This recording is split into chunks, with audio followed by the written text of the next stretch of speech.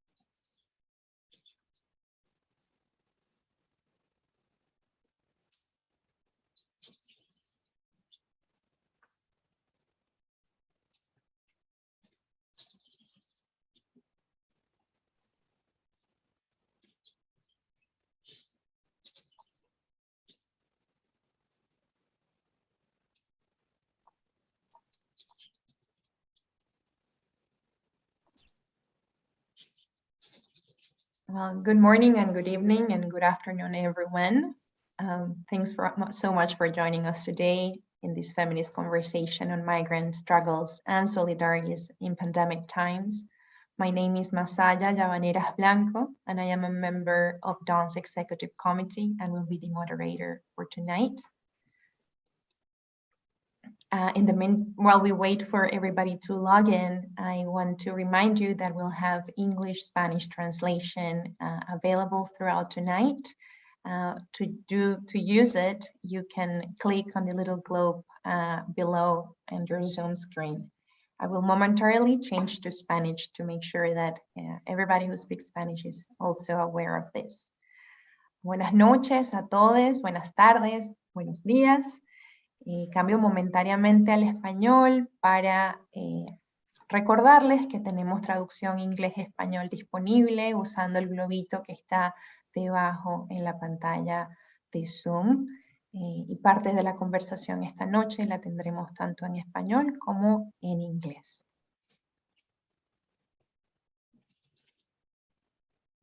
Now that we're ready to start, I will introduce myself once again. My name is Masaya Llavaneras Blanco, and we're very, very excited to co-host this global conversation with our friends from the Women in Migration Network, Women, Carol Barton and Paola Ciment. The pandemic exposed how fragile and limited access to care is for the majority of the world's population, and international migrants are a part of the world that has faced one of the most challenging times during this pandemic. Increased anti-migrant sentiments, border closures, militarization have all worsened migrants' access to work, health services, social protection, and sense of belonging. However, in the midst of this, people have organized, particularly migrant women. Organizing has produced potential alternatives and ways forward. There are glimpses of hope in this time of struggle. Tonight, we will have a conversation sharing 3 case studies that pay particular attention to the ways in which people's organizing has emerged during these trying times in Chile, Kiribati, and Malaysia. We will interweave these cases with women's global mapping on organizations working on gender and migration, and their evaluation and experience of the recent International Migration Review Forum. Before we start, I invite you to post your questions and your comments using the chat box and the Q&A box available to you. We'll have a conversation that includes these cases and commentary before we open space for questions and comments from you, the audience, and we'll then have some time to have Liva, Roy, and Carolina respond, which leads me to introduce Liva, Roy, and Carolina. We will start by focusing on the case of Chile that will be presented by Carolina Stefani, who is professor of sociology at Pontificia Universidad Católica de Chile, and will be followed by comments by Women's Paula Ciment. We will then move to the Pacific and Southeast Asia, focusing on the cases of Kiribati and Malaysia, presented by Roy Burnett, who is a geographer completing her master's in Pacific Studies at University of Auckland, and Liva Stradan, who is a specialist in labor rights in the South and Southeast Asia region. Women's Paula Ciment and Carol Barton will then comment both on organizations and migrant organizing in Southeast Asia and the Pacific, as well as the implications of these conversations with regards to the International Migrant Forum that we just had last week. So before further introductions, I'll pass the mic over to Carolina, who will start over with the Chilean case. Muchas gracias por la invitación a este espacio tan interesante y con tanta centralidad del tema de género, que siempre se agradecen estos espacios. Voy a compartir la presentación. ¿Se ve? Sí. Okay. Entonces, bueno. Ay, no, esta es la última. Wait. Okay. La presentación se titula Cuidados colectivos para enfrentar la pandemia y la criminalización de la migración en Chile, y esto corresponde al capítulo, al estudio que hicimos para el caso de Chile, en conjunto con Nanette Liberona y Sius Salinas. Y quiero centrar la presentación en dos argumentos. El primero es que mucho se ha dicho que la pandemia para el contexto de Chile y probablemente para otros casos de América Latina generó o permitió o facilitó el endurecimiento de políticas de control hacia la migración internacional. Si bien estos dos elementos están presentes, digamos, ¿no? O sea, tuvo la pandemia y hubo un recrudecimiento en los controles, quisiera poner un poco más de contexto para mostrar en el fondo que hay más elementos que están puestos en juego y que explican este camino hacia un mayor control migratorio desde el Estado de Chile. Y el segundo elemento al que me voy a referir son las acciones, las prácticas, ¿no?, de resistencia y de sobrevivencia que generaron mujeres migrantes y cómo estas prácticas están fuertemente relacionadas con los cuidados en el contexto de la pandemia. Entonces, para el primer punto que quiero hacer, voy a dar cuenta en el fondo de estos cuatro elementos, ¿no? En Chile vivimos un estallido social en 2019 que se tomó las calles, ¿no? Y eso generó un contexto político específico que es necesario tomar en consideración. El segundo es la discusión de la nueva ley migratoria que se promulgó el 2021. Nuestra ley antigua databa de 1975, de tiempos de la dictadura. El tercer elemento es el incremento de ingresos por pasos no habilitados en el norte del país.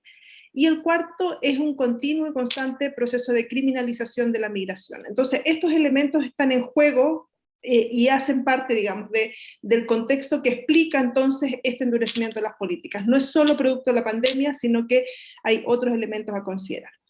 Entonces, el escenario político y por qué es importante considerarlo, ¿no? Vivimos 4 meses a partir de octubre de 2019, 4 meses de movilizaciones en las calles, con una fuerza enorme, ¿no?, de movilización social, con un fuerte fortalecimiento del movimiento feminista. Aquí destacan el colectivo Las Tesis, ¿no?, que hubo todo una apuesta, digamos, muy fuerte en las calles de lo que significaron ellas en las demandas feministas. Pero en respuesta a toda esta movilización, la respuesta del Estado y del gobierno en ese minuto fue un incremento en la represión policial y una presencia de las Fuerzas Armadas, ¿no?, en las calles, que se mantuvo después de la pandemia hasta mucho tiempo, con un estado de excepción hasta casi finales del 2021. Y eso generó una situación de securitización, ¿no?, de un poco de acostumbramiento a la presencia de las Fuerzas Armadas en las calles. Y por último, las demandas migrantes, ¿no?, que se hicieron parte de estos movimientos sociales y que comenzaron digamos, a luchar fuertemente en el proceso constituyente para asegurar el derecho a la migración, para favorecer un proceso de regularización migratoria y para acceder a derechos, ¿no? Entonces, este es un poco el contexto político y los efectos que eso tiene en el movimiento de personas, de las migraciones en el país. Después tenemos la discusión de la ley de migraciones, ¿no es cierto?, y que se aprueba en el 2021. Y acá el foco en la ley está puesto en una ley que es un proyecto que presenta el expresidente Piñera, que es un gobierno de derecha, que va a apuntar a establecer mecanismos de control migratorio y mayores restricciones en el ingreso, ¿no? En América Latina hemos tenido siempre un sistema que favorece la movilidad al interior de la región, digamos, funciona más o menos bien, dependiendo de los tiempos y de los casos, pero no hay grandes restricciones a la movilidad de personas. Pero la ley migratoria para el caso de Chile empieza a establecer una serie de restricciones a esa movilidad y que se van a acrecentar en el contexto de la migración venezolana en la región. Y el foco ahí principal va a ser la imposibilidad de cambiar la situación migratoria dentro del país, algo que se ha podido hacer desde siempre, digamos, y que todos los países dentro de la región lo permiten, ¿no?, que uno entre como turista y después adentro con un trabajo puede cambiar ese estatus migratorio. Pero la nueva ley ya no lo permite. Después, el incremento por los pasos no habilitados. Este es un gráfico que muestra claramente cómo se dispara el ingreso por pasos no habilitados. La mayor parte de estos ingresos se van a producir en el norte del país, y a partir del 2020, con la pandemia, esto tiene un escalamiento enorme porque, bueno, se cierran las fronteras y entonces eso genera, hay toda una presión migratoria que se mantiene y que crece durante la pandemia y que no se detiene, y el cierre de las fronteras hace que ese flujo migratorio entre de manera irregular. Y acá tenemos el total, ¿no es cierto?, la línea punteada, pero el caso de Venezuela va a ser con fuerza quienes más ingresan de esta manera, ¿no?, despegándose, digamos, en la curva de los otros países. Y finalmente, un discurso constante de criminalización de la migración que se va a ir desarrollando a partir desde que llega, bueno, desde mucho antes, ¿no?, pero el gobierno del expresidente Piñera da un giro muy fuerte en la política migratoria en este contexto. Él va a hablar de ordenar la casa, en referencia a que antes sitúa como un gran desorden migratorio, ¿no?, en las administraciones anteriores, y que él va a hacer este ejercicio, ¿no?, de establecer quiénes son los que pueden entrar, quiénes no, que los delincuentes se tienen que quedar afuera. Lleva adelante un plan de deportaciones, incluso con licitaciones a líneas aéreas de varios vuelos para deportar a mucha gente, y una puesta en escena como la que se ve en esta fotografía, donde se pone a las personas con overoles blancos, ¿no es cierto?, para ser deportadas a sus países. Hay que decir que parte importante de las deportaciones corresponden a personas que tenían causas penales, ¿no?, que estaban cumpliendo una sentencia. Sin embargo, eso de alguna manera se oculta y aparece entonces en los medios de prensa y en el discurso político como un plan de deportación de todas las personas que estarían sin documentos, lo que en la práctica no es así, pero discursivamente se presenta así. Entonces eso genera todo un amedrentamiento y una situación donde las personas que están sin documentos, sin papeles, que ingresaron de manera irregular, son, digamos, deportables, ¿no? Pasan a construir este sujeto, y eso genera también entonces una serie de un incremento en la discriminación y en la xenofobia hacia estos colectivos. Otro de los elementos que se utiliza en esta criminalización de la migración en términos discursivos es la referencia a delincuencia, ¿no? O sea, la irregularidad, la ilegalidad como delincuencia, y durante la pandemia también el riesgo al contagio, que es como si los migrantes trajeran entonces el COVID, y entonces en ese contexto había que mantenerlos fuera. Es interesante que las fronteras, ¿no? Aéreas son las primeras que se abren, y entonces en la medida en que circulan en aeropuertos pareciera no ser tan importante el contagio, mientras que las fronteras terrestres se van a mantener cerradas hasta hace un par de semanas atrás, ahí sí entonces se activan todas las alarmas, ¿no es cierto?, como si las personas trajeran la enfermedad, solo aquellas que cruzan por tierra. Entonces, las consecuencias de este mayor control migratorio van a ser mayores riesgos en estos cruces por pasos no habilitados, y aquí se desarrolla fuertemente toda una industria migratoria que va con sistemas de coyotaje, de mafias, o de personas simplemente que van y prestan su auto a través del cobro de algún monto, ¿no?, para cruzar la frontera, pero con alto riesgo, porque por donde cruzan es un sector que está a 4.000 metros sobre el nivel del mar, en unas condiciones climáticas que son extremadamente complejas, con temperaturas bajo cero y con muy poco oxígeno para las personas. Entonces se transforma en un lugar también muy difícil, donde constantemente aparecen cuerpos y personas que pierden la vida en ese intento de cruce, ¿no?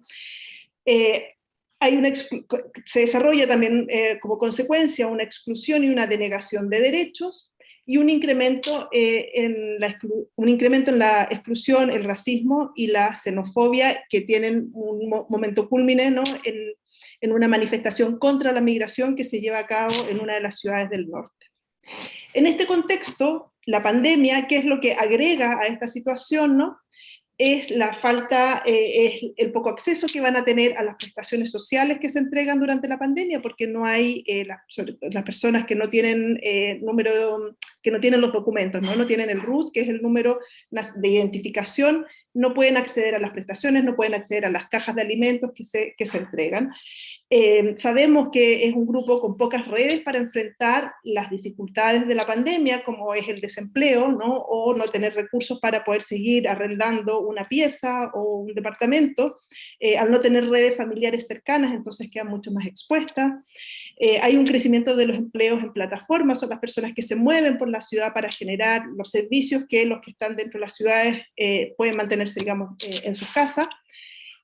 Un incremento en la violencia doméstica que afecta a las mujeres de manera preocupante, muchísimo más, digamos, y un incremento en las labores de cuidado. En este escenario, las mujeres migrantes van a enfrentar el peor, digamos, de los escenarios, puesto que muchas de ellas trabajan en trabajo doméstico. Al perder el empleo, no tienen, se cierran las escuelas, entonces no tienen con quién dejar a los niños, no pueden seguir trabajando y se van a ver en una situación, digamos, de mucha mayor precariedad y vulnerabilidad.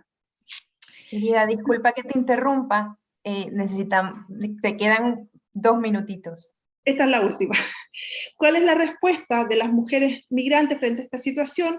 Se organizan, ¿no?, comienzan a organizarse redes de cuidados, ¿no?, o redes para generar en el fondo cuidados en distintos niveles. Las organizaciones que ya existían se activan y generan mecanismos, ¿no es cierto?, de ollas comunes para proveer de alimentos, en fin.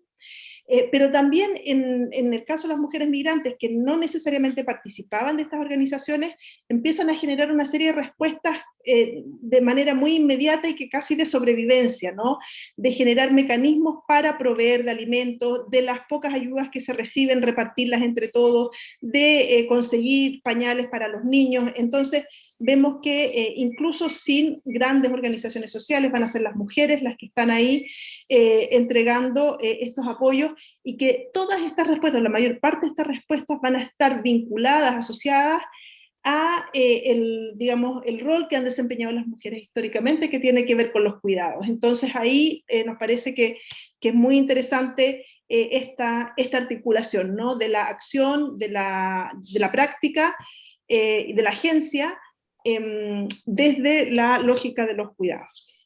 Ahí. Gracias, Carolina, y disculpa que te tuve que apurar un poquito. Paola, te cedo el micrófono para tu intervención sobre Chile y la región. Gracias. Well, I will speak in English and comment Carolina's presentation and also the paper.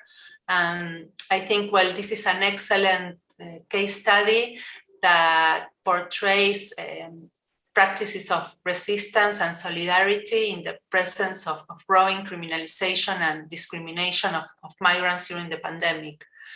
And under this scenario, the Chilean case shows how migrant women leaders were at the forefront of response under very difficult circumstances. Also, the case study shows an interesting trend of intersectional organizing, led by migrant, grassroots, and feminist groups. And we find that this experience is very inspiring since what we usually witness is that social movements tend to organize in separate silos. And in this case, we see how these practices of solidarity made different social movements came together to resist and also to protect among each other. And I would also like to make a very brief comment based on the mapping, the study that we did with, we surveyed more than 300 organizations. In the chat, you can see the link to access this report. And in this mapping, we saw that Latin America is the region where migrant women are better organized. And not only as grassroots organizations, but also as part of national and regional networks. And also I'd like to mention another example of this kind of intersectional organizing that we found in our mapping, and which is, we identified in both in Central and South America, which are mainly countries of origin of migrants and transit. And we call it, or in the academia, it's known as community feminism. And this approach brings indigenous worldviews, such as those from Mayan communities in Central America and Mexico, or Aymara and Quechua communities in the Andes, to create an autonomous understanding of women's rights and climate justice. So, thank you so much, Paola, for your commentary on both the case and the way it intersects with other forms of organizing among migrant women in South America and Central America. We now fly to the Pacific and Southeast Asia. We'll have the chance to hear Roy presentations on the case of Ikiribas, seasonal workers in New Zealand and Australia, and then delve into the case of migrant domestic workers organizing in Malaysia, led by Liva. Roy, the floor is yours. Cool, thank you, Messiah. So I will just share my screen. Cool, is that okay? Cool.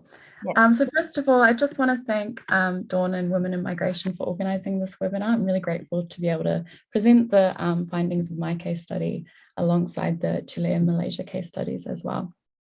So my case study focused on Kiribati and in particular Pacific labour mobility schemes in the COVID-19 context. And my paper explored the policy transformations or lack of that took place during this time.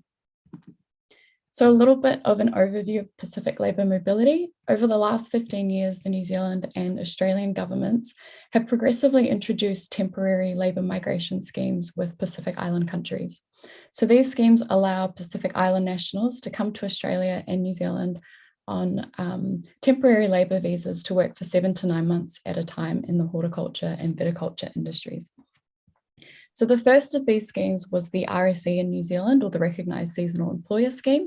That started in 2007, and Australia soon followed suit with the Seasonal Worker Program, or the SWP, which began in 2012. Australia also has another scheme called the Pacific Labour Scheme, or the PLS. This scheme is a little bit different. It allows Pacific nationals to stay for a couple of years at a time, and also extends into the aged care and tourism sectors. But for the purposes of this study, I focused only on the RSE and the SWP. So PLM schemes have emerged out of what can be considered an alignment of interests between sending Pacific countries and receiving countries such as Australia and New Zealand. So on one hand, Australia and New Zealand continues to experience critical labour shortages in their agriculture and horticulture industries. And on the other hand, smaller Pacific countries such as Kiribati are experiencing rising rates of unemployment. So labour mobility, particularly for Kiribati, is a key strategy to secure employment opportunities for its citizens, who can then contribute to economic development back home through remittances. So there are these sort of shared interests in Pacific labour mobility by both Australia and New Zealand governments, Pacific Island countries, and then of course there is high demand for employment on these schemes by workers themselves. So given this alignment of interests, the RSE and the SWP are often promoted as delivering triple and increasingly quadruple wins to those involved on the schemes. So the schemes allow host countries to address labour shortages, sending countries are able to address high rates of unemployment, and then of course workers themselves are able to earn an income and send remittances back home as well. Increasingly, wins to ancillary services or wraparound services are being recognised, and this is due to the financial benefits that local economies gain from from transport, accommodation, food supply, and other financial or training services. So these economic wins often lead to an understanding that the RSE and the SWP represent international best practice for labour mobility schemes. However, there are significant social costs involved with seasonal work, particularly for workers.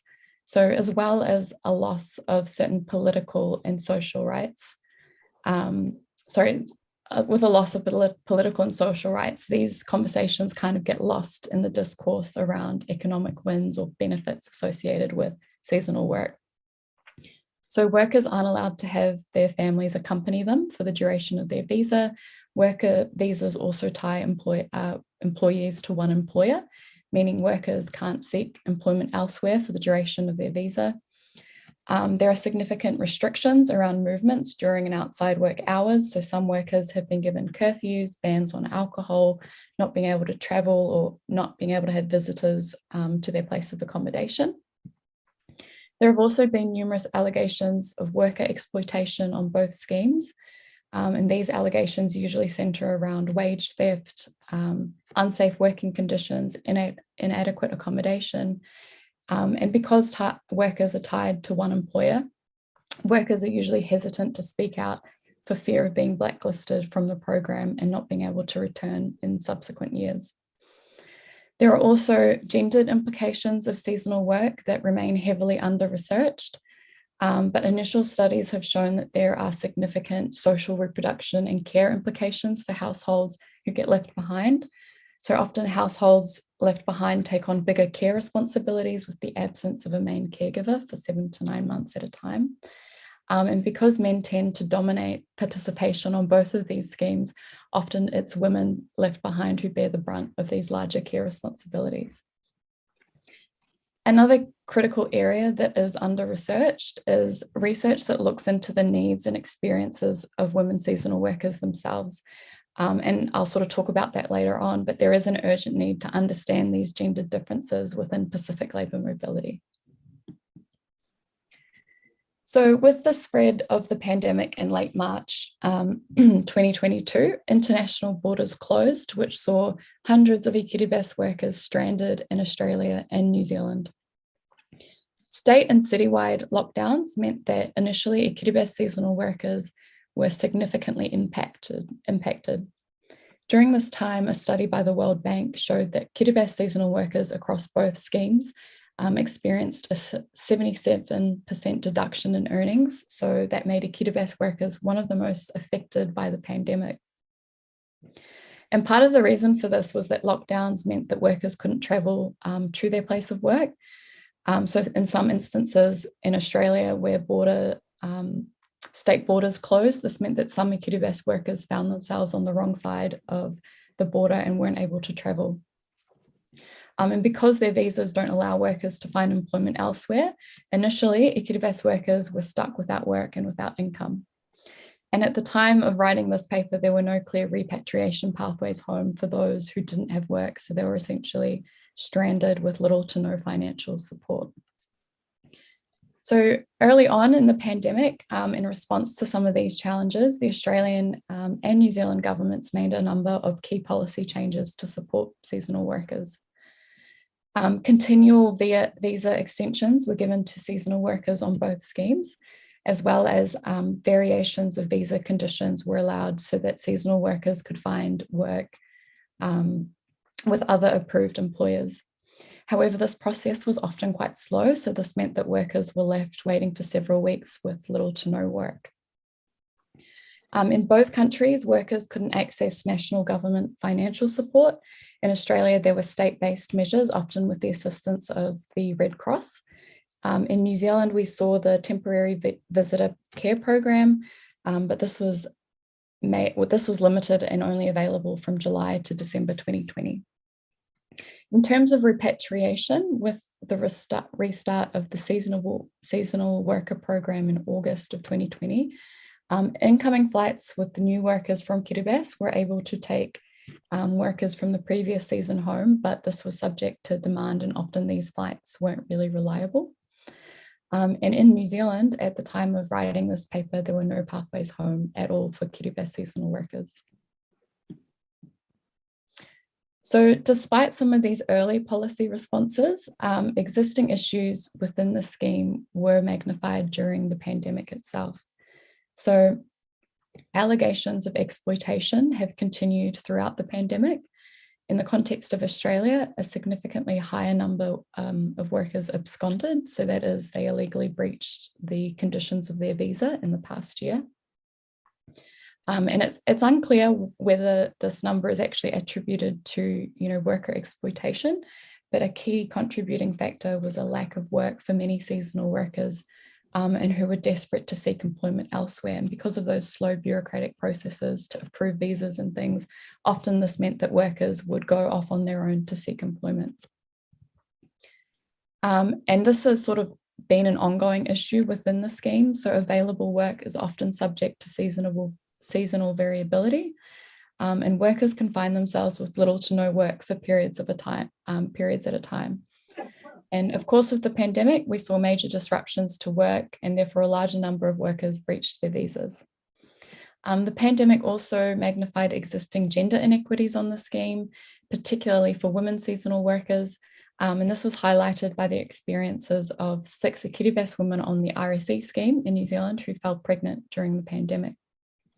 So in previous years, if a woman discovers she's pregnant, she would have been supported to return home to give birth. But of course, with the pandemic, this wasn't possible. So the woman had to give birth in New Zealand. And the key issue with this is that the mandatory health insurance that covers seasonal workers doesn't cover pregnancy and childbirth costs. So these costs, which start at 9,000 New Zealand dollars, all fell on the workers themselves. Fortunately, employers stepped in and covered the costs, some of the costs of, that the workers had, even though they weren't obligated to. Members of the diaspora Kiribati community also provided valuable assistance and housed mothers and their babies as well. Another issue that was highlighted was a recent study showed that Pacific women seasonal workers are more likely to experience sexual harassment. Again, there's just not enough data to show that sexual abuse has been an ongoing issue on the schemes, but there certainly have been complaints around the schemes not adequately considering the needs of women seasonal workers. So in particular, complaints about inappropriate accommodation where women and men are housed together, and also having to share the same bathroom amenities. So the pandemic really highlighted that there is a need for policy to better understand the structures that give rise to worker exploitation, but also a need to better understand the experiences of women seasonal workers. So given these sorts of issues, what role have social organisations played in supporting seasonal workers? So like I said before, supporting the welfare of workers has been a key issue during the pandemic, and this responsibility usually falls on employers. Whilst many employers went above and beyond their responsibilities, for example, with the Kiribati women who fell pregnant during the pandemic, there were indeed many instances where greater support measures were needed. So in these cases, diaspora Kiribati groups, local communities, NGOs such as the Red Cross, churches and worker unions played a role in providing pastoral support, financial assistance, in some cases temporary housing as well.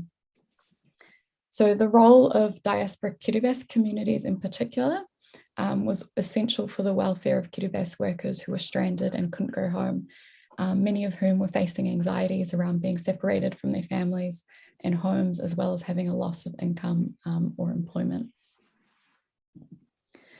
So my last slide, bringing us back to the Dawn's sort of hypothesis around policy transformations.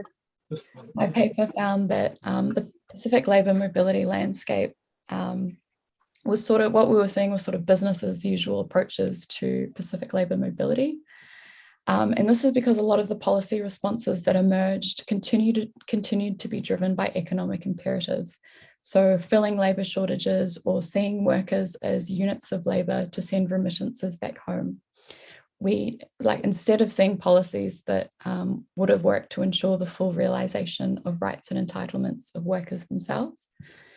So for example, in Australia, the SWP program restarted in August 2020. And this is well before a vaccine was made available in the opening of international borders. We also saw major reforms with the existing SWP and PLS streamlined into what is now the Pacific Australian Labour Mobility Scheme, or PALM. And a key purpose of this reform was to make it easier for employers to access workers. We also saw changes in visas, but this was only to shift workers to other employers where work was needed.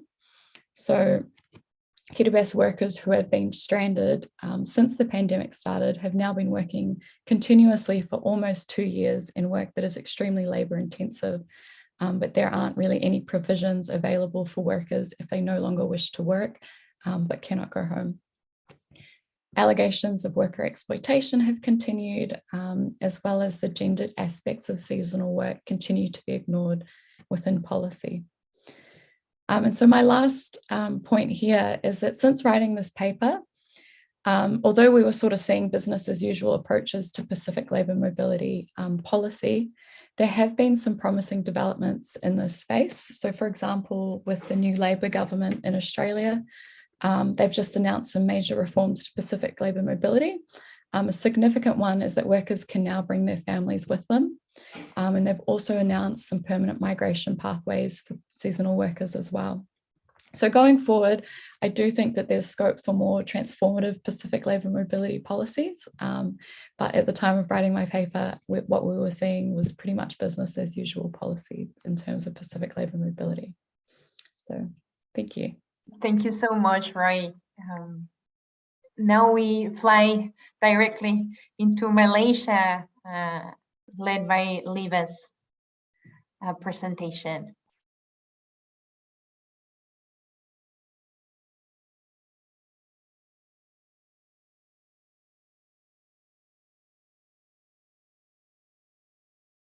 Are you able to view the slides? Yes.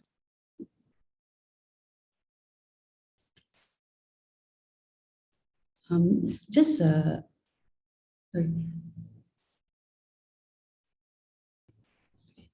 Yeah. So thank you everybody for. Sorry. It's. Yes, we can hear a little bit of an echo. Am I able to hear the translation service?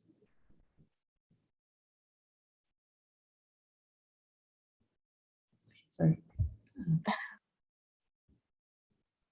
Do you wanna? Can you hear us all right? Yeah, I can hear clearly now. Okay. Sorry, there was just interruption from the translator earlier, and my apologies for it because my translation service was on. All right. Thank you everybody for having me here, and let me just jump straight into the presentation. So I'll be talking about the organizing of domestic workers in Malaysia during the pandemic period. So I'll start my presentation by just giving you a brief context of domestic work in Malaysia, and then I'll proceed to actually talking about the progress of ongoing authoritarian ambitions on migrant workers in Malaysia to curb the COVID-19 pandemic. And I'll then end the presentation by talking about how, despite seeing an increase in authoritarianism in Malaysia, domestic workers in Malaysia were still able to organize, leverage on alternatives, and to actually advocate for policy changes successfully within the country.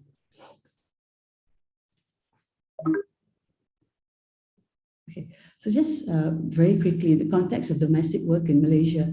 Domestic workers in Malaysia are not protected under Malaysia's Employment Act. So Malaysia's Employment Act provides protection for workers in every other sector in the country except for domestic work. And domestic workers are labeled as were labeled as domestic servants in the Employment Act, thus effectively excluding them from provisions provided for workers because they were seen as servants. And this is latest update as well. There was an amendment to the Malaysian Employment Act in March 2022. And in this amendment, the term domestic servants was changed, but unfortunately not to domestic workers, but to domestic helpers. So there was just a change in the terms, but every other provision in the Act does not apply to them, except for two provisions. If they wanted to quit their jobs, they can write letters to quit. And number two, if their wages are unpaid, they can claim these unpaid wages, but nothing else applied to them. And we also know because of this, because of the non-recognition of domestic workers as workers, these class of workers are not able to register or unionize themselves or to bargain collectively. And to add salt to injury, we also know that domestic workers in Malaysia, they live in the homes of employers. So there's a private nature of employment, and the private nature of this employment actually exposes them to risks of violence and harassment. And again, because domestic workers are not protected by labor laws in Malaysia, they can't avail to one paid day off, or they can't access payment for overtime work performed. So even if there's violence and harassment in the home of the domestic workers, they're not able to go out to claim this assistance. And just a brief kind of background on the inequalities that are exacerbated by COVID-19 to live-in domestic workers. So we saw, because of the movement control order imposed in Malaysia in March 2020, Malaysians and migrant workers were not allowed to go to work unless they worked in essential services. So what we saw was an increase of employers and increase of children staying at home.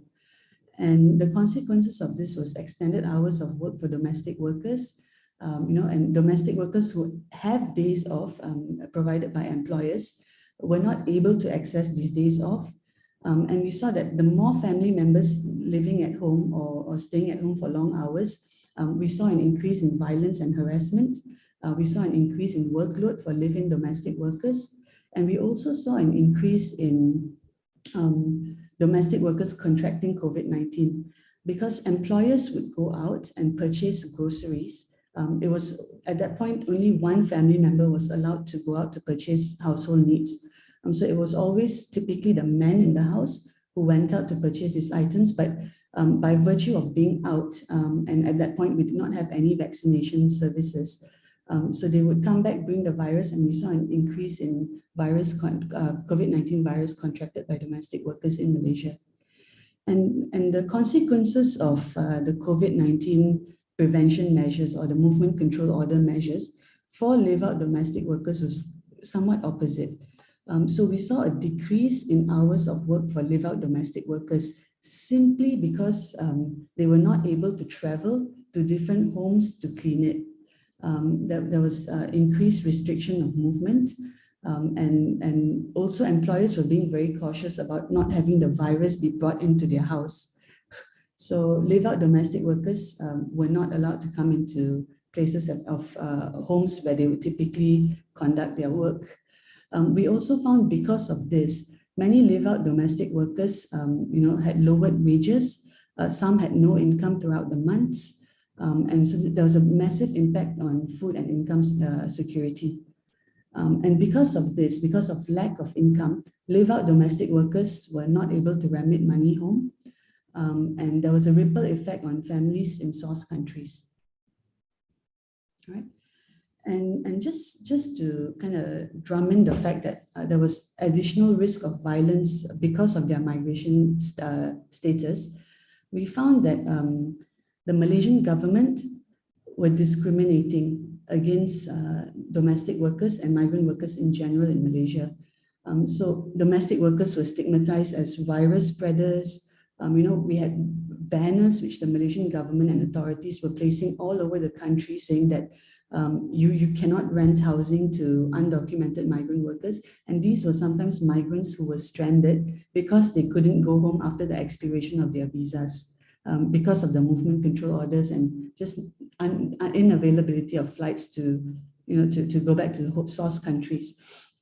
And we saw also banners that said, the employers will be penalized if they provided housing for undocumented workers. So obviously employers of domestic workers were directly in this category. We also saw the Malaysian government giving authority to local citizens to call up hotlines if citizens saw suspicious looking migrant workers. So you see a migrant walking and you just have some kind of prejudice or suspicion towards them, you can call a hotline, and immigration has the authority to come and arrest these migrant workers. And this applies also to domestic workers. So because of this, we saw large-scale arrests of undocumented migrants. We also saw an increase in deportation. So while Malaysian deportation centers were getting very, very filled up because there were more arrests that were taking place, so embassies started stepping in and conducting deportation exercises. The other thing to note is that migrant domestic workers, so let me go back to the deportation part. Because there was increased number of migrant workers in detention centers, the Malaysian government decided to come up with this recalibration program. So the recalibration program was also spearheaded to fulfill the labor shortages that we were seeing in Malaysia, so including in domestic work. However, unfortunately, the policies did not apply to domestic workers. While we wanted it to apply to domestic workers, it was a policy for migrant workers that deliberately excluded domestic workers. So this kind of reinforced the xenophobic and prejudices that the local government had, especially towards domestic work and domestic workers. While there was a lot of negativity that we saw in the 2 years during the COVID-19 lockdown and pandemic period, domestic workers in Malaysia, specifically the Indonesian and Filipino domestic workers, leveraged on this increased authoritarianism and sought out alternatives to organizing and to reaching out to communities. And this is what my case study was about. So recognizing that live-out domestic workers were having less income, and recognizing that live-in domestic workers were having less mobility, a group of domestic workers got together and they reached out to their respective embassies and said, look, this is the situation of domestic workers in Malaysia right now, and aid is absolutely required. Food aid is required to assist these domestic workers with their day-to-day survival. So the embassies went out and conducted food aid programs. However, the food aid was not reaching households where domestic workers lived in. So this group of domestic workers on their own met with embassies and said, look, can you give us access, a letter basically, to go around the country and to meet with domestic workers and to hand over these food packages to them. So the embassies agreed, the letter was provided, and during this food aid program, domestic workers were also able to put in pamphlets introducing who they were and what it is that they did. Okay, and so live-in domestic workers and live-out domestic workers started getting interested and excited about this group of leader domestic workers who had mobility, who, even in times of crisis, were able to reach out and assist domestic workers in the localities. And so they started exchanging phone numbers, and from phone numbers, a WhatsApp group was started. And from this WhatsApp group, organizing took on a different form. So it took on the form of online organizing, and it worked very, very well. And the reason for this is because there was a lot of thought put into this organizing process. Prior to the pandemic, domestic workers who were going out on weekends to meet or to organize unofficially were often stopped by law enforcement agencies, were harassed by law enforcement agencies, had to pay bribes to law enforcement agencies to get to a particular location to meet with other domestic workers. So there were very few domestic workers who were able to come out and unofficially organize themselves.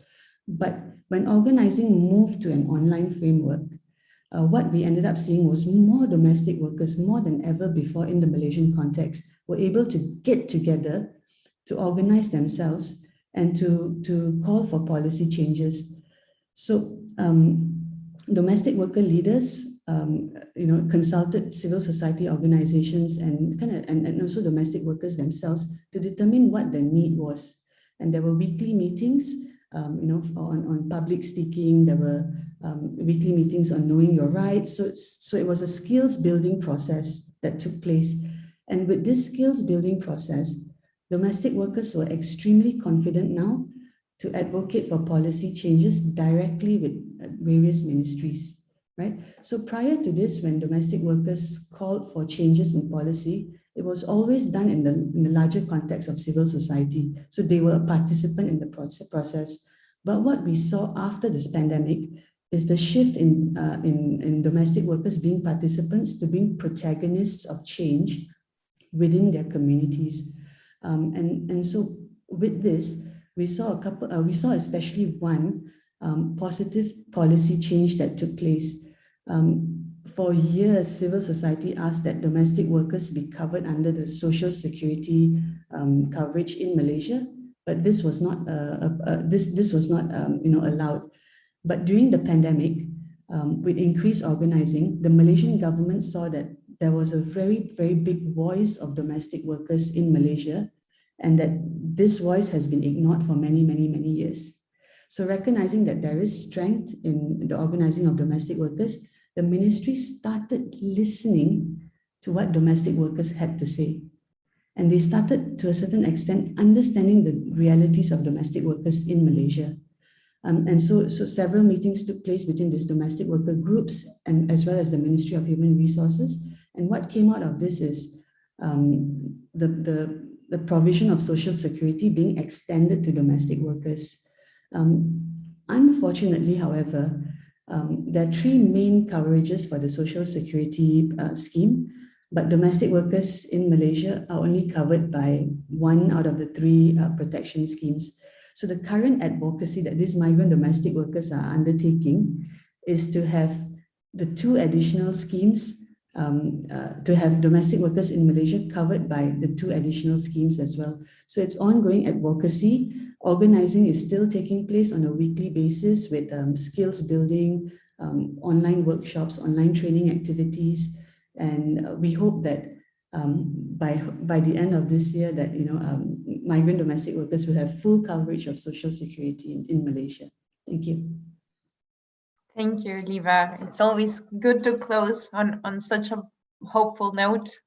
We'll move on to Paola's comments, followed by Carol's comments as well, before we open to questions and comments that you may want to share in the chat box and in the Q&A box. We look forward to hearing from everyone. Yes, thank you both, Roy and Liva.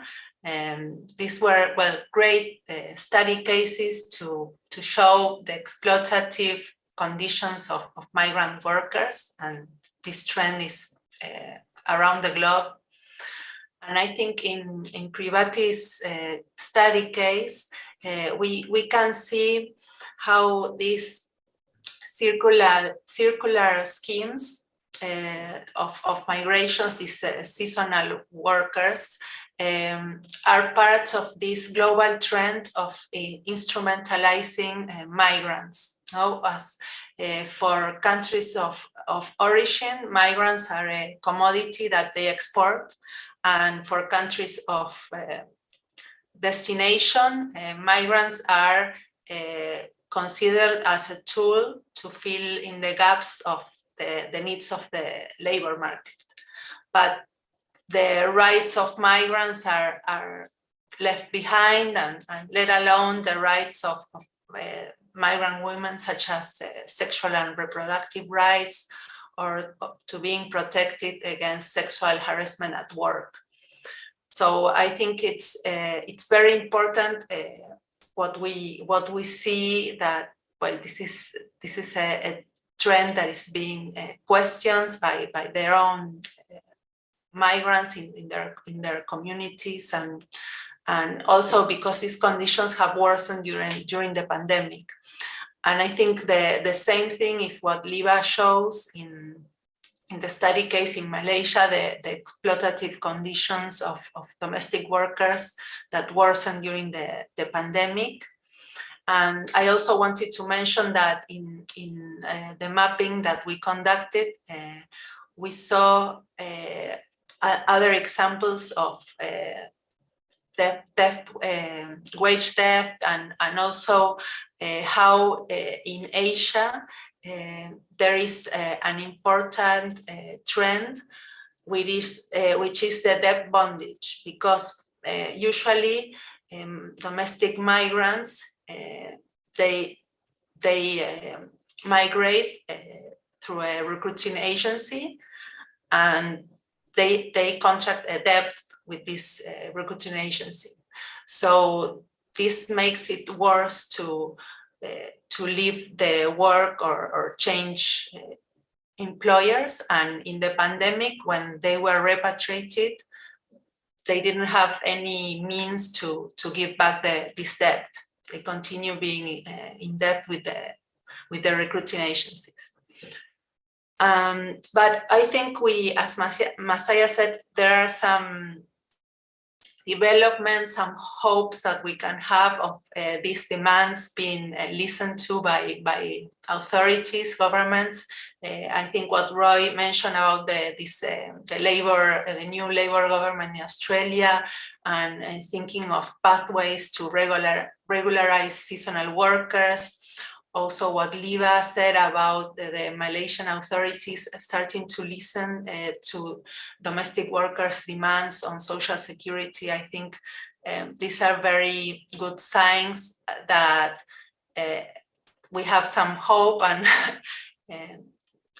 although in the global forum it doesn't look that good, at the local and at the when we study in depth what's happening in the countries, we start seeing how this self-organizing of migrant women is starting to bring some fruits. So I finish with this hopeful message. Thank you.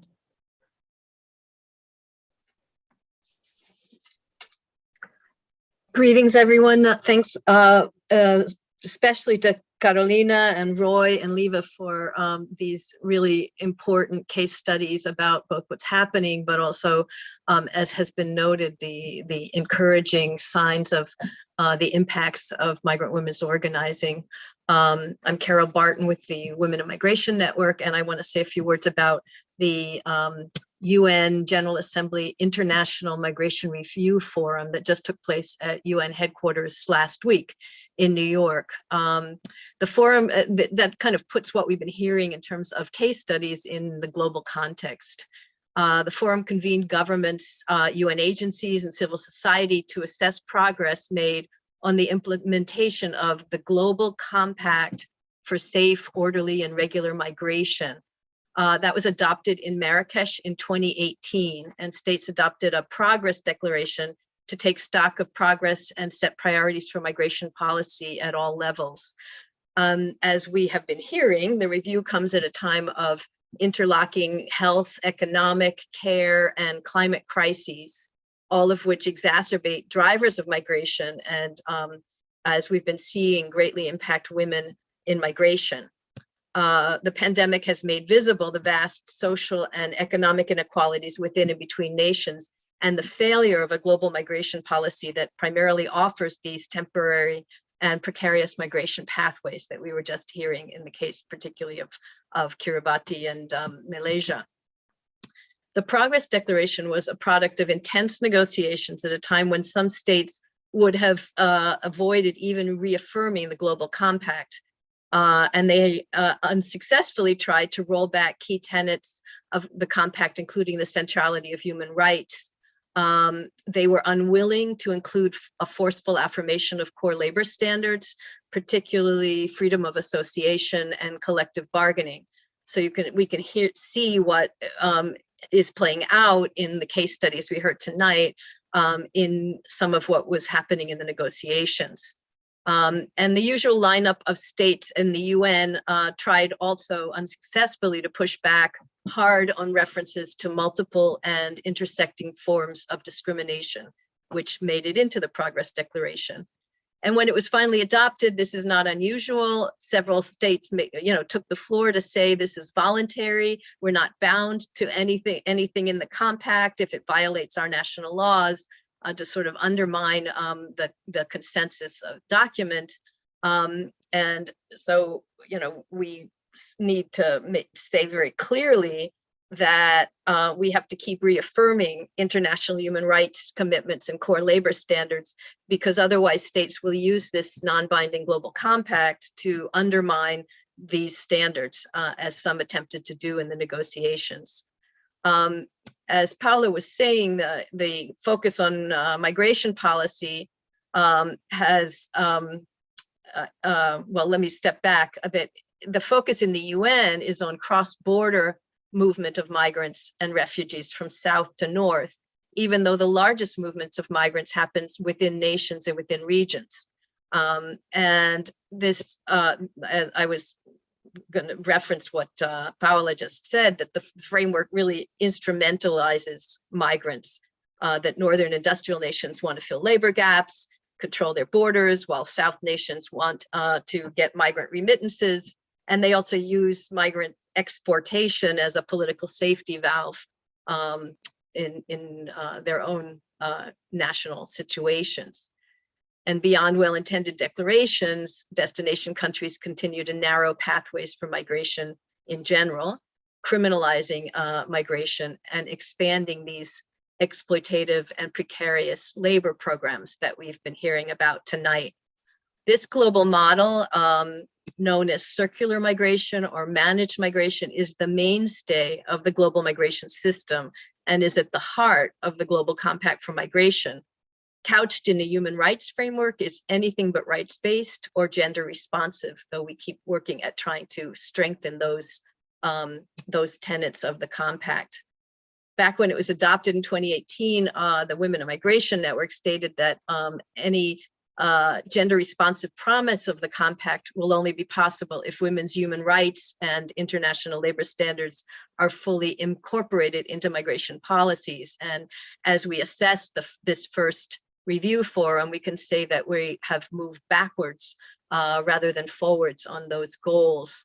We did welcome the fact that ultimately the compact was reaffirmed, that issues, references to systemic racism were included, recognition of states' work to end child detention, affirmation of migrants' role in policymaking, and a commitment on cooperation to help families identify missing migrants, among some of the other points. But we also expressed dismay at the lack of ambition for forward movement in any way, and the practical erasure of women in the declaration. In fact, despite our efforts, there was not even one standalone paragraph in the Progress Declaration directly referring to migrant women. When women migrants are mentioned only in the context of gender-based violence or only linked to children, a victimization frame gets perpetuated.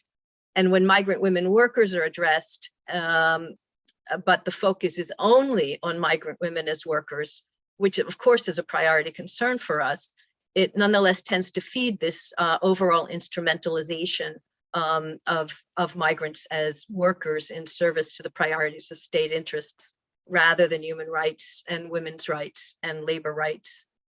So Women in Migration Network has been asserting that this gender responsive term that is in the Global Compact and is thrown around a lot in terms of policy is not about, you know, mentioning women more often, but has to be systemic. And we put forward a set of core principles for going forward that, along with the Global Coalition on Migration, which we are members of, that included the following 5 points: addressing climate-induced displacement, addressing the erosion of labor rights, and particularly the freedom of association and right to organize and collective bargain, the lack of rights-based regular pathways for migration, the need for regularization programs and access to services for all, including undocumented migrants, and the need to shift from criminalization and enforcement to human rights-centered policy. And for us, these would have, if these core policies of migration policy were to change, that would mark real progress for women in migration. So we also challenged the UN slogan of building back better after the pandemic to instead transform migration policy at all levels, including systemic inequalities around gender, race, class, and national origin. I would say that for civil society, the compact has required a balancing act, because for us, it brought migration policy back into the normative framework of the UN. It does affirm gender responsive migrant rights and challenges rising nationalism and xenophobia. And yet it leaves in place this unequal and exploitative global migration policy framework that harms women and gender nonconforming people in particular ways. So overall, we assessed that it was critical to be part of this process and to find allies around rights-based and gender-responsive migration policy for the long work ahead. We were able to provide space at the IMRF for voices such as temporary migrant women workers who face stigma and exclusion when they return home, to lift up the urgency of cooperating in supporting families to find missing migrants, and the gendered nature of climate-related displacement. And the long haul work will be challenging the whole framework of managed migration, not merely making women's exploitation in migration more equal and gender sensitive, which is some of the discourse we heard. And I just will wrap up by saying that in hearing the case studies tonight, what's really hopeful, and I think is where the action will have to be, is the organizing of migrant women in their contexts. That's going to be the thing that challenges the kind of sometimes empty rhetoric that we hear at the UN. Thanks. Thank you so much, Carol and Paola, for your comments. The floor is open for questions and comments from the audience. In the meantime, while we wait for some of those to come in, I wanted to speak about the challenge of advocating and organizing with and for migrants in a context in which migrants are always foreigners and non-citizens in the countries where they live in. So how to organize around rights in a context in which migrants, for example, don't have weight electorally is the challenge. How to effectively change policy and rights discourses in this context requires specifically to move away from the silos that Paola was speaking about and Carol was speaking about too, and how to build alliances. And I think that's a lot of what we have seen in the cases, thinking about how diasporic communities were key in supporting the communities in the case of Kiribati workers, and how the labor organizing aspect was central for migrant domestic workers in Malaysia, was also an example of how these intersections and alliances are so important. And in the case of Chile, thinking about how the centrality of care provision was sort of a mobilizer that got and activated social mobilization and migrant organizing. So I wanted to return to you, the speakers, and especially Liva, Carolina, and Roy, but also Paola and Carol, to share some reflections, invite you to share some reflections about what you think are the key or the most strategic aspects of organizing around migrant rights in this context, from what you have been observing, and how to break this barrier of the silos that isolate migrants due to their condition of non-citizenship in their countries of residence.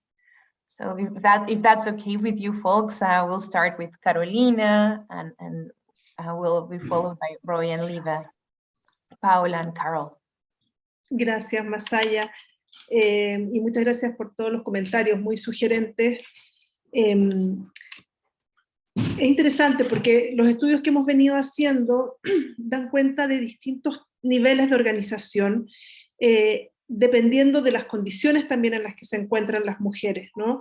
Es distinto estar en una situación de calle, viviendo en carpas, ¿no? En la playa o en las plazas, o lograr tener un lugar donde vivir, arrendar una pieza, o tener una casa, que o sea, los tipos de organización también y las acciones que las mujeres promueven también están muy supeditadas y dependientes de las condiciones de vida en las que se encuentran. Sin embargo, es importante enfatizar que incluso en esas situaciones más precarias siempre hay algún nivel de organización, siempre hay alguna acción. Y siempre a través de esas acciones se van construyendo también formas de pertenencia, formas de ciudadanía, ejercicios de ciudadanía. Entonces, en el caso de Chile, cuando pensamos, es fundamental el proceso de regularización, pero no podemos esperar a que todas las mujeres estén regularizadas para ahí empezar a hablar de participación ciudadana. Las mujeres participan mucho antes que tengan los papeles y los documentos, y me parece que desde la política pública es fundamental reconocer esas formas de participación y esas formas de construcción de ciudadanía, que no están determinadas necesariamente por los documentos. Sin duda que los documentos facilitan enormemente la vida, ¿no? Pero antes que eso hay construcción de ciudadanía, hay participación, hay organización, hay agencia. Gracias, Carolina. Thank you, Carolina. Thanks for bringing in the aspect of also the material conditions of living as a fundamental element to think about. I will just jump in and add two questions that were brought into the Q&A box so that you have it in your package of questions in the next interventions for Roy, Liva, Carolina, Carol, and Paola. One of the comments from an anonymous attendee is the following: for Chile, now that there is a perception of the pandemic being over, do you see these anti-migrant measures progressing, increasing, now that the door is open to normalize biopolitical control? And Yolanda Avila asks a question in Spanish, which I will read. Para nosotras es importante también trabajar para que las mujeres reconozcamos lo que es un derecho, para después ellas hagan efectivo su poder en reclamar esos derechos. ¿Cuál ha sido su experiencia en el trabajar en esa parte previa con grupos de mujeres? I think Carolina's comment about how we're active politically before regularization processes speaks to Yolanda's question. should we just move into Roy's comments? Sure. So I think, Masaya, you touched on this briefly before, but I think what was slightly different from my case study, particularly in comparison to the Malaysia case study, was how Kiribati seasonal workers sort of mobilized. And in this context, so diasporic community connections were really instrumental for workers to not only be able to connect with each other, but also with other members of the local Kiribati community. And so with the seasonal work schemes that I looked at in my case study, there's really low rates of union membership amongst seasonal workers. So it's really hard for seasonal workers to organise that way. That's for a range of reasons, one of them being a fear of being blacklisted from the program if workers join worker unions, as well as sort of not really understanding the role that unions play, because worker unions aren't really as big as they are in the Kiribati context as they are in countries like New Zealand and Australia. So yeah, I guess that was kind of my reflection, was just that for migrants in the context of my case study, that it was more the importance of having these sort of connections with the diasporic communities in Australia and New Zealand. Thank you, Roy. Liva. Just super quickly in the Malaysian context, I think key to all of this organizing is collaboration, right? So even though migrant domestic workers in Malaysia were in a precarious position, like they could always risk losing their jobs, and their visas are tied to a single employer. So if you piss off your employer, so to speak, the employer can unilaterally cancel your visa and get you deported, right? So in this context, what migrant domestic workers in Malaysia did was they leveraged on collaborative efforts, right? So for example, the IDWF, International Domestic Workers Federation, they were key in trying to provide leadership or training for this initial group of domestic worker leaders. And even in terms of training, in terms of learning how to use technology, I couldn't get into this in details earlier, but in terms of even using of technology, various civil society organization members were called to assist with this, and that directly gave way to bigger and more conducive organizing for domestic workers. So I think to constantly collaborate with various actors. So in this context, it was civil society, and in addition to that, employers of some domestic workers saw a change in their domestic workers. They saw them, kind of pushing back on certain things, taking on more leadership nature. So what they did was then they started buying handphones, laptops for domestic workers to use to organize effectively. So there was also collaboration with employers. And so the more well-to-do employers were also happy to provide these gadgets to other domestic workers that needed it to organize. So I think the interaction there with the union organizing was key, and the element of access to technology stands out as something that made an important difference as compared to other cases. Paola?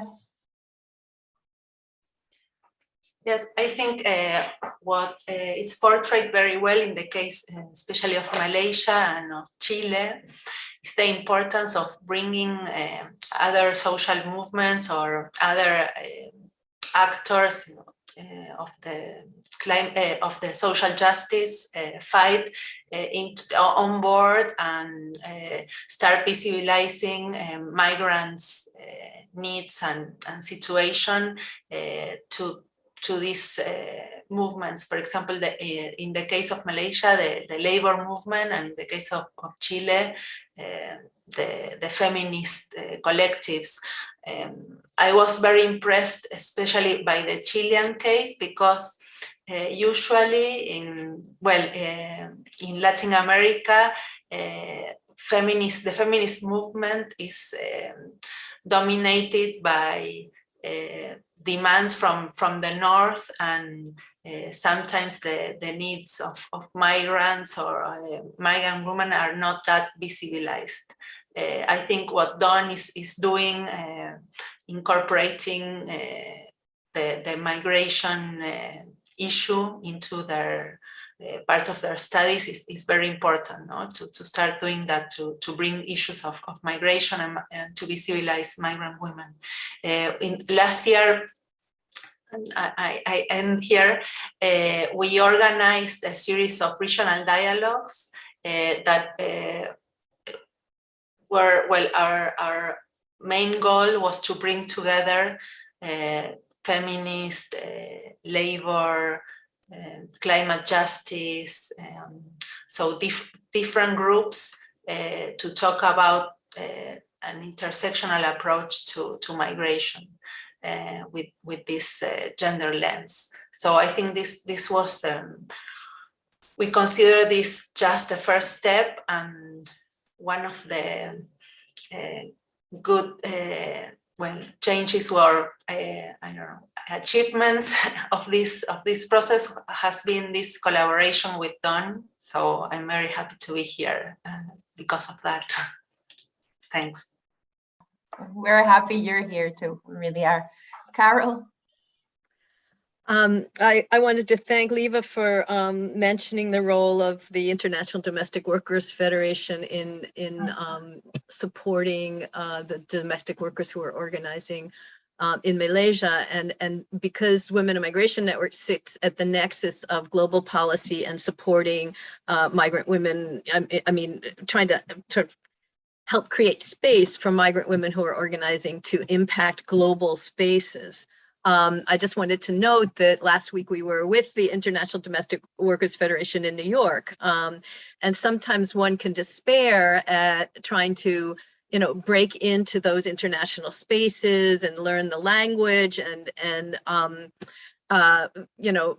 realizing how long and slow those processes are, and yet the importance of International Domestic Workers Federation and other organized migrant women's organizations being in those spaces is essential, because it's where, it's where you speak truth to power. It's where you denounce the flowery things they say they're doing and say, this is what's really happening on the ground. And so that's an important one. And I just want to note that it's been the work of IDWF and many, many others, trade unions, members of our network include Solidarities Center and ITUC, and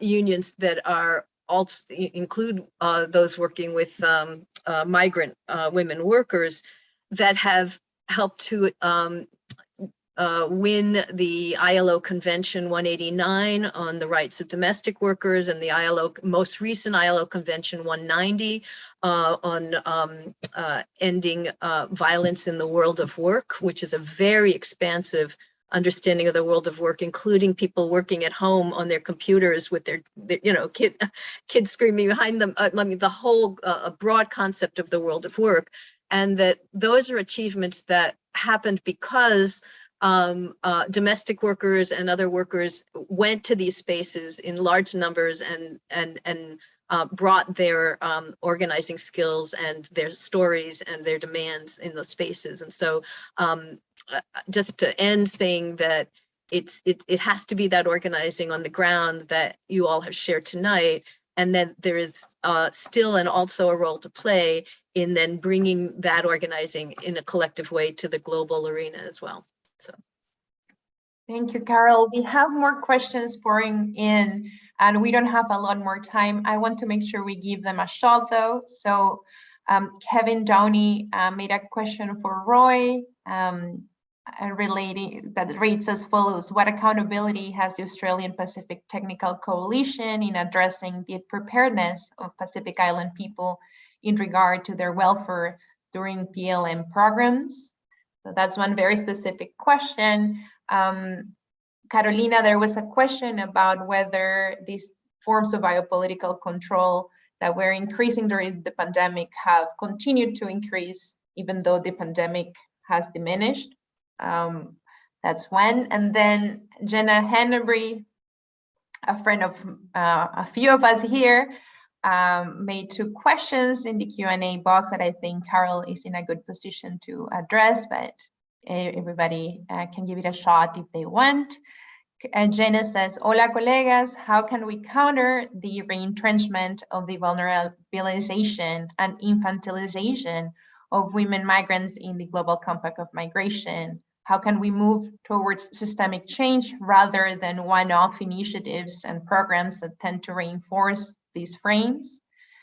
And finally, and I think this is the big question that brings us together, and I think speaks to Carol's comments at the end, what mechanisms and strategies can we employ to get civil society organizations and like-minded states together, but also perhaps think about how to integrate these very local ways of struggle with the more global processes of policy change, and how to kind of connect those conversations. So I think we can start with you, Roy, to address the question that was made to you specifically, and then Carolina and Carol, and then we'll have to close for tonight. Cool. Thank you, Kevin, for the question. I'm not sure if I can sort of answer it adequately, but I know that the APTC does play a role in preparing Pacific Island workers before they come to Australia and New Zealand. In terms of the role that they play for worker welfare during their time on the schemes, I'm not too sure what role that they do play. So that would be something that I should look into for next time. But I appreciate the question. Thank you, Roy. Carolina, do you want to speak about biopolitical control? Yeah. Bueno, algo que nos deja la pandemia, y no solamente la pandemia, sino la situación venezolana, de migración venezolana en la región, es que nos enfrentamos a distintos tipos de movimientos migratorios, ¿no? Muchas de las políticas están pensadas en un formato de migración laboral. Sin embargo, tenemos que preguntarnos si esas políticas responden a la situación de refugio, de desplazamiento forzado que estamos viviendo en distintos lugares, no solamente en América Latina, sino también en Europa, en Asia y en distintos contextos. Entonces ahí me parece que es importante, en estos casos, digamos, las políticas o de control y de biocontrol se agudizan, ¿no? Porque son los mecanismos que hay para dejarlos fuera y dejarlas a las mujeres fuera también. Entonces en esos escenarios creo que tenemos que reflexionar mucho más si lo que se está haciendo responde entonces a estos contextos, a estas realidades y a estas demandas. Muchas gracias, Carolina. Carol, you'll have a couple more minutes before we close. Okay. Thanks, Jenna, for your comments. Jenna was also in the trenches with us at the UN last week, and I want to give a shout out to the work that she has done in building the Gender and Migration Hub, which is trying to particularly help member states of the UN understand what gender responsive means in a more systemic way. And it's also a gathering place of a lot of information and reports on gender and migration, and we're happy to be working with her on that. So the link is in the chat. And then I also linked on the question about, you know, how do we bridge global and local and policy change, that hot off the presses, just published, is a new book, Stopping Gender-Based Violence and Harassment in the World of Work, and it's by some of the women who helped to create the space for women workers to go to Geneva and hammer away for 2 years, many years, in getting this new ILO Convention 190. And it's a sort of an organizing strategy case history of how that happened and how you link the local organizing to the global. So I really recommend it as an excellent example of how those two pieces come together. Thanks. Thank you, everyone. It's been, I think, a really rich conversation, the ones that we could continue having for a long time. I wanted to thank everybody who joined us in the Pacific, in Southeast Asia, in Latin America. We managed to bring people together in different time zones. We're very proud of that. It's not easy. I wanted to really give our thanks to Roy, Carolina, Liva, Sius, and Nanette, who are also authors of the project of the Chilean case and weren't here presenting, but are part of the project. Special thanks to Carol and Paola and women for coming together in sisterhood. We are really happy to join forces and break the silos and work together. So thank you everybody for joining us, and we hope to keep in touch. Thank you.